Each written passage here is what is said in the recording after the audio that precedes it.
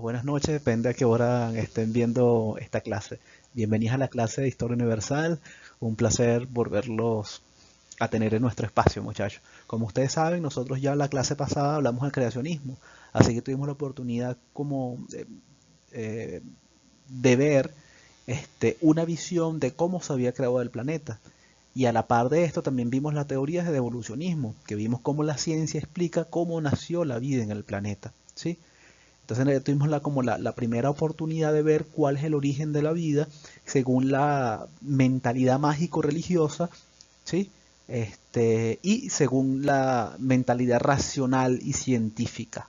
Así que hay dos visiones que se contraponen, ¿verdad? Hay una visión que le da mayor peso a la creación mágica, que hay un dios o una serie de dioses que crearon la humanidad y crearon todo lo que existe, y hay otra visión científica que dice que los seres humanos que vivimos en la Tierra han sufrido, no solo los seres humanos, pero todos los seres vivos que vivimos aquí en la Tierra han sufrido una serie de cambios adaptativos al medio ambiente hasta llegar a ser lo que son hoy en día. Esa teoría se llama teoría de la evolución o teoría de la selección natural, hecha por Charles Darwin, que nos explica un poco la teoría de la evolución. Y dentro de esa teoría de la evolución también nos podemos encontrar nosotros el surgimiento de la humanidad, ¿sí? El surgimiento de lo humano. Y es precisamente porque en la clase de Historia Universal vamos a tomar la teoría. Es importante ver, cuando estamos hablando de teoría, estamos hablando de una serie de hechos comprobados empíricamente. Entonces nosotros vamos a hablar, es decir, no son gamelotes o son conjeturas o son ideas que le nace algún tipo de científico, no, sino son elementos que han sido comprobados, que se ha demostrado su veracidad. Las teorías obviamente pueden cambiar, como cambia todo en el mundo, porque se encuentran nuevas evidencias, pero cambia en función a eso, a nuevas evidencias, es decir, a cosas comprobables. Lo que no sucede, por ejemplo, con el pensamiento mítico religioso, que no cambia, ¿sí? Ese pensamiento no cambia, se permanece este, dogmático, inmóvil. Nosotros pudimos ver en las lecturas que les mandamos que, bueno, ese pensamiento religioso, ese pensamiento dogmático, ese pensamiento mágico, es un pensamiento que tiene Occidente, pero también es un pensamiento, por ejemplo, que tiene nuestros tribus originarios. Hay pensamientos mágicos en Asia, los griegos tenían un pensamiento mágico, es decir, la humanidad, al no encontrar una respuesta al origen de la vida, creó una respuesta. Y esa respuesta, bueno, se le atribuyó luego a los dioses, que los dioses han creado la humanidad, etcétera, etcétera, etcétera. Como nosotros ya vimos en esta serie de relatos. En Historia Universal, y sobre todo porque estamos en el área de ciencias sociales, vamos a tomar la teoría de las ciencias sociales, la teoría de la evolución, es decir, la teoría científica, como elementos que nos va a guiar para esclarecer cómo la humanidad se gestó, ¿sí? Gestó su formación en el planeta Tierra. Lo primero que nosotros tenemos entonces que advertir, muchachos, es que la humanidad, este, o por lo menos los homínidos, tienen mucho tiempo en la Tierra, muchísimo tiempo. Imaginemos que para nosotros un año escolar es muchísimo, 2 años escolares es mucho. Incluso para ustedes que les faltan 3 años para llegar a quinto año y poder graduarse de bachillerato, eso lo ven ustedes como una inmensidad de tiempo. Ahora yo quiero que intentamos entre todos imaginar 4.000 años, ¿sí? 4.000 años es muchísimo tiempo, ¿verdad? Muchísimo. Y si nosotros intentamos imaginar 4 millones de años, es mucho más tiempo todavía. Y precisamente nosotros vamos a remontar 4 millones de años atrás en la Tierra. En la Tierra, entonces ahí la Tierra está muy fría, ¿ok? Está bastante fría, está pasada por una etapa, por una era de hielo, y en esta era de hielo, nosotros nos vamos a encontrar al antepasado más cercano de los homínidos. Ese antepasado más cercano de los homínidos, los antropólogos y los científicos le han dado el nombre de Australopithecus, que es el primer homínido que nosotros vamos a ver.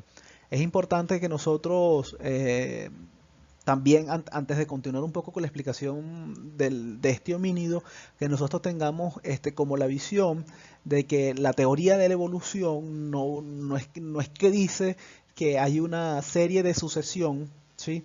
Hay una serie de sucesión constante entre un homínido y otro, sino que la humanidad viene de un tronco común. Imaginemos un árbol que tiene un tronco, ¿verdad? Que tiene su base común, que es el tronco, y después hay una serie de ramas. Más o menos así se fue formando la humanidad.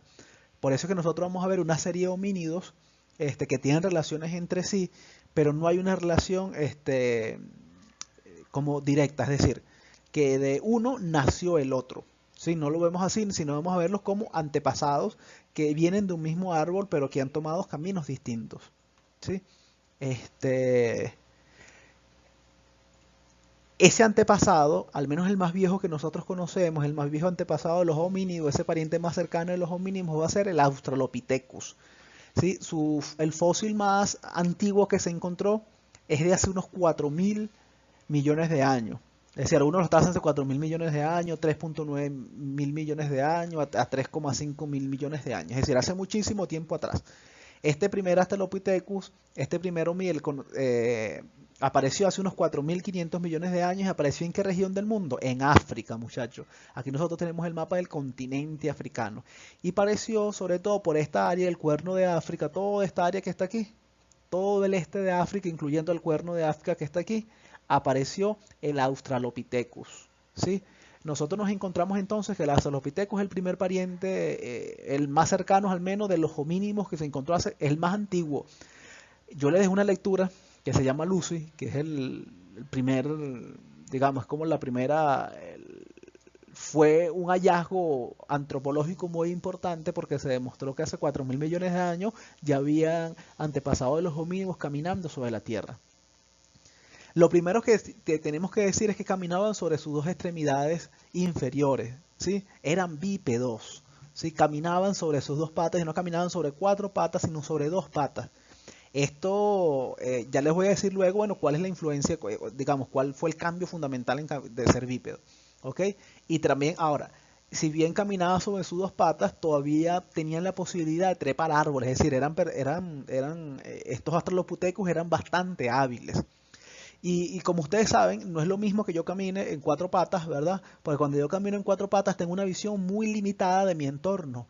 Pero en cambio, si yo subo y me hiergo, mi visión va a ser mucho más amplia del entorno que estoy viendo, ¿sí? Va a ser una visión más amplia.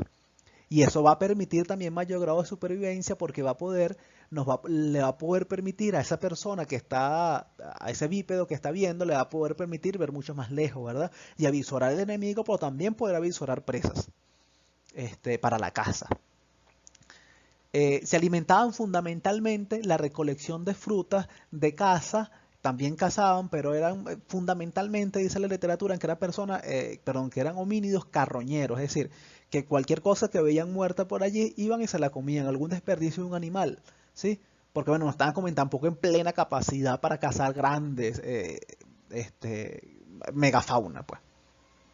Este, no manejaron herramientas, es importante esto, es decir, no estamos en la edad de piedra todavía, imaginemos, todavía estos antepasados de Australopithecus no manejaban herramientas, es decir, no manejaban piedra. Aparentemente tenían alguna habilidad de comunicación, pero esa habilidad no era suficientemente desarrollada, y no manejaban herramientas. Es importante ver esto, y su estatura era apenas de 1,2 a 1,4 metros, es decir, por eso tenían mucha habilidad para montarse en los árboles, porque eran muy, muy chiquiticos, ¿sí? Eran muy chiquitos y tenían toda esta habilidad. Otro elemento importante resaltar que se presume que ellos vivieron aproximadamente unos 2.000 millones de años, así que ya por el año, hace 2.000 millones de años, dejaron de existir, ¿sí? Ya no se encontraron más restos.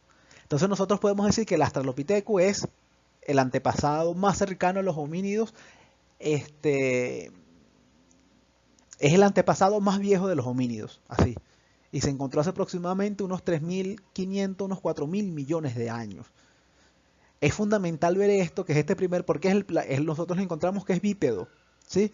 Que mide de 1,2 a 1,4 metros y esto le permitía tener ciertas habilidades. Nosotros podemos encontrar que la capacidad craneal, es decir, la cantidad de cerebro que podían tener, la capacidad craneal era como un 30% de la que nosotros tenemos. Es decir, su cerebro por lo tanto era muy chiquito, ¿sí? Hasta 2 veces más chiquito que el que nosotros tenemos. Esto es importante ver porque la capacidad craneal también da indicios de su capacidad de racionamiento y su capacidad de inteligencia. Luego, nosotros más adelante nos vamos a encontrar a lo que se llama el siguiente homínido, que es el primer homínido el siguiente homínido que va a ser el Homo habilis. Este se acerca más a lo que nosotros conocemos como, se acerca más a un antepasado nuestro. ¿Por qué? Porque el Homo habilis es el primer homínido, y por eso se llama así, que tiene la habilidad de fabricar herramientas, muchachos. Esto fue un cambio, digamos, muy drástico, porque nosotros nos vemos, por ejemplo, comúnmente animales manejando herramientas, ¿verdad? Nosotros nos vemos a los gatos agarrando un palo con el otro para hacer algún tipo, para generar algún tipo de, hacer algún tipo de herramienta que permita la construcción de algo, ¿cierto? Este primer entonces homínido es el primer homínido que tiene la habilidad de construir y de manejar herramientas. Se presume que las primeras herramientas que manejó este Homo habilis, que era bípedo también, se presume que esas herramientas eran de madera, por eso la mayoría desaparecieron, pero también quedaron herramientas de este Homo habilis de piedra, ¿sí? Eran pedernales, que es una piedra muy fuerte, muy fuerte. Y entonces el primer homínido que tiene la capacidad de crear herramientas, y hay una diversidad de herramientas que crea y que se ve. Ahora nosotros vamos a repasar las características de este homínido. Primero, apareció en África hace unos 2.5 millones de años. Es decir, ya cuando se estaba extinguiendo el Australopithecus, está ya viviendo el Homo habilis. Luego se diferencia del Australopithecus, ¿por qué? Por tener una frente más ancha, tenía mayor capacidad craneal, dientes menos fuertes y mayor capacidad este, mayor capacidad craneal. Tenía mayor capacidad craneal y tenía dientes menos fuertes. Ahora, yo sé que el tema de los dientes, vamos a encontrar por qué son más inteligentes, porque tienen dientes menos fuertes. Fundamentalmente por eso, muchachos, porque si nosotros tenemos dientes más fuertes para poder agarrar una presa, significa que la capacidad que va a tener la capacidad craneal va a ser menor, porque la mayoría de la capacidad craneal va a ser usada precisamente para alojar todos esos dientes y toda esa capacidad y toda esa musculatura para poder morder la presa, y nuestro cerebro va a ser más pequeño. Ahora, si yo tengo una dentadura como la tenemos nosotros, que es una dentadura que ocupa no ocupa toda la capacidad craneal, quiere decir que nuestra capacidad craneal va a ser mayor y por lo tanto vamos a ser seres mucho más inteligentes. Y esa es la principal, digamos, diferencia entre el Homo habilis y el Australopithecus. Luego nosotros vamos a ver que se alimentaban de frutas, igual que los Australopithecus, de verduras y animales que cazaban. Es decir, mantuvieron como el mismo ritmo de supervivencia. Allí sí no cambió mucho el tema. Elaboraba herramientas de piedra. Es importante ver esto, muchachos, porque entonces nosotros vemos que había un razonamiento. Es decir, que había un razonamiento. Y es importante ver que este razonamiento solo pudo ser posible también por ciertos cambios biológicos. Por ejemplo, nuestra visión binocular. ¿Qué quiere decir esta visión binocular, muchachos? Que nosotros tenemos dos ojos, pero vemos una sola imagen, a diferencia de otros animales que tienen varios ojos y ven por cada ojo una imagen distinta. Nosotros vemos una sola imagen, ¿sí? Nosotros no vemos dos imágenes. Cada ojo no es que una cosa, ¿no? Sino que nosotros vemos una sola imagen. Y esta sola imagen combinada, ¿verdad que sí?, con la habilidad de tener pulgares, ¿sí?, nos ha permitido la construcción de herramientas, porque vemos una sola imagen, por lo tanto vemos el objeto más claramente para construirlo, ¿sí? Nuestra visión nos permitió la construcción de herramientas, y esta primera construcción de herramientas lo da este señor, que es el Homo habilis, ¿sí? Y se llama Homo habilis porque tenía la habilidad para hacer. ¿Por qué? ¿Cómo se comprueba que tenía habilidades para hacer? Porque, bueno, restos fósiles de este señor que se encontraron en África están junto a piedra que está tallada, es decir, y que se usa como un tipo de material. Es decir, allí se infiere que estos homínidos usaron y tallaron piedra para usarla como herramienta. Hay unas cosas incluso que se llaman raspadores, que son como una especie de navaja que se usaban para quitarle el pelaje a las bestias para abrigarse cuando hacía mucho frío. Es importante que nosotros veamos esto porque el humano, los homínidos, a diferencia de otras especies, por ejemplo, nosotros podemos encontrar el elefante. El elefante antes de las glaciaciones era como ahorita, no tenía pelos. Ahora, producto de las glaciaciones, poco a poco le fue saliendo algunas especies mucho pelo y se convirtieron en mamut. Y este mamut permitió este pelaje de este elefante que se iba a llamar mamut, permitió que sobrevivieran ante climas y tempestades bastante poderosas y que su larga trompa permitiera quitar la nieve, ¿sí? Ahora, el humano no nació con esas condiciones, los homínidos no nacieron con esas condiciones, más bien tuvieron que aprender, es decir, nuestra evolución ha sido fundamentalmente una evolución del área cultural. Por esto, en la elaboración de herramientas. Si yo elaboro herramientas, por ejemplo, soy un Homo habilis, y quiero que la elaboración de herramientas permanezca en mi comunidad, permanezca en mi familia, ¿qué tengo que hacer? Le tengo que decir a los demás cómo hacerla, ¿verdad? Así que se supone también que hay ya un cierto lenguaje en el Homo habilis.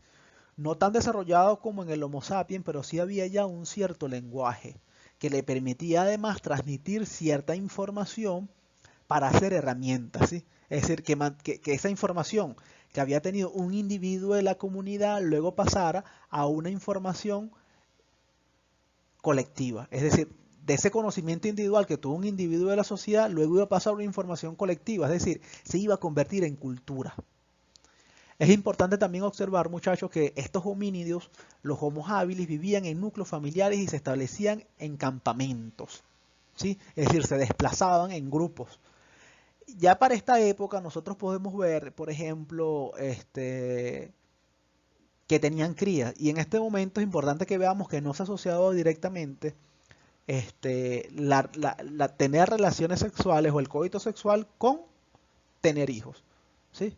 Igual eso lo vamos a desarrollar con los distintos homínidos como el Homo, el Homo erectus, que ya camina de una vez ya erguidamente, como nosotros, o sea, no se mantiene como si sucedía, por ejemplo, en el Australopithecus, que si bien era bípedo, tenía todavía unas posiciones como un mono, pues todavía se tambaleaba, tenía este, una forma, bueno, distinta de caminar. Igual que el Homo habilis, ya vamos a llegar luego al Homo erectus, el Homo neanderthalis, y vamos a ver unas diferencias que son importantes a nivel cultural y a nivel genético.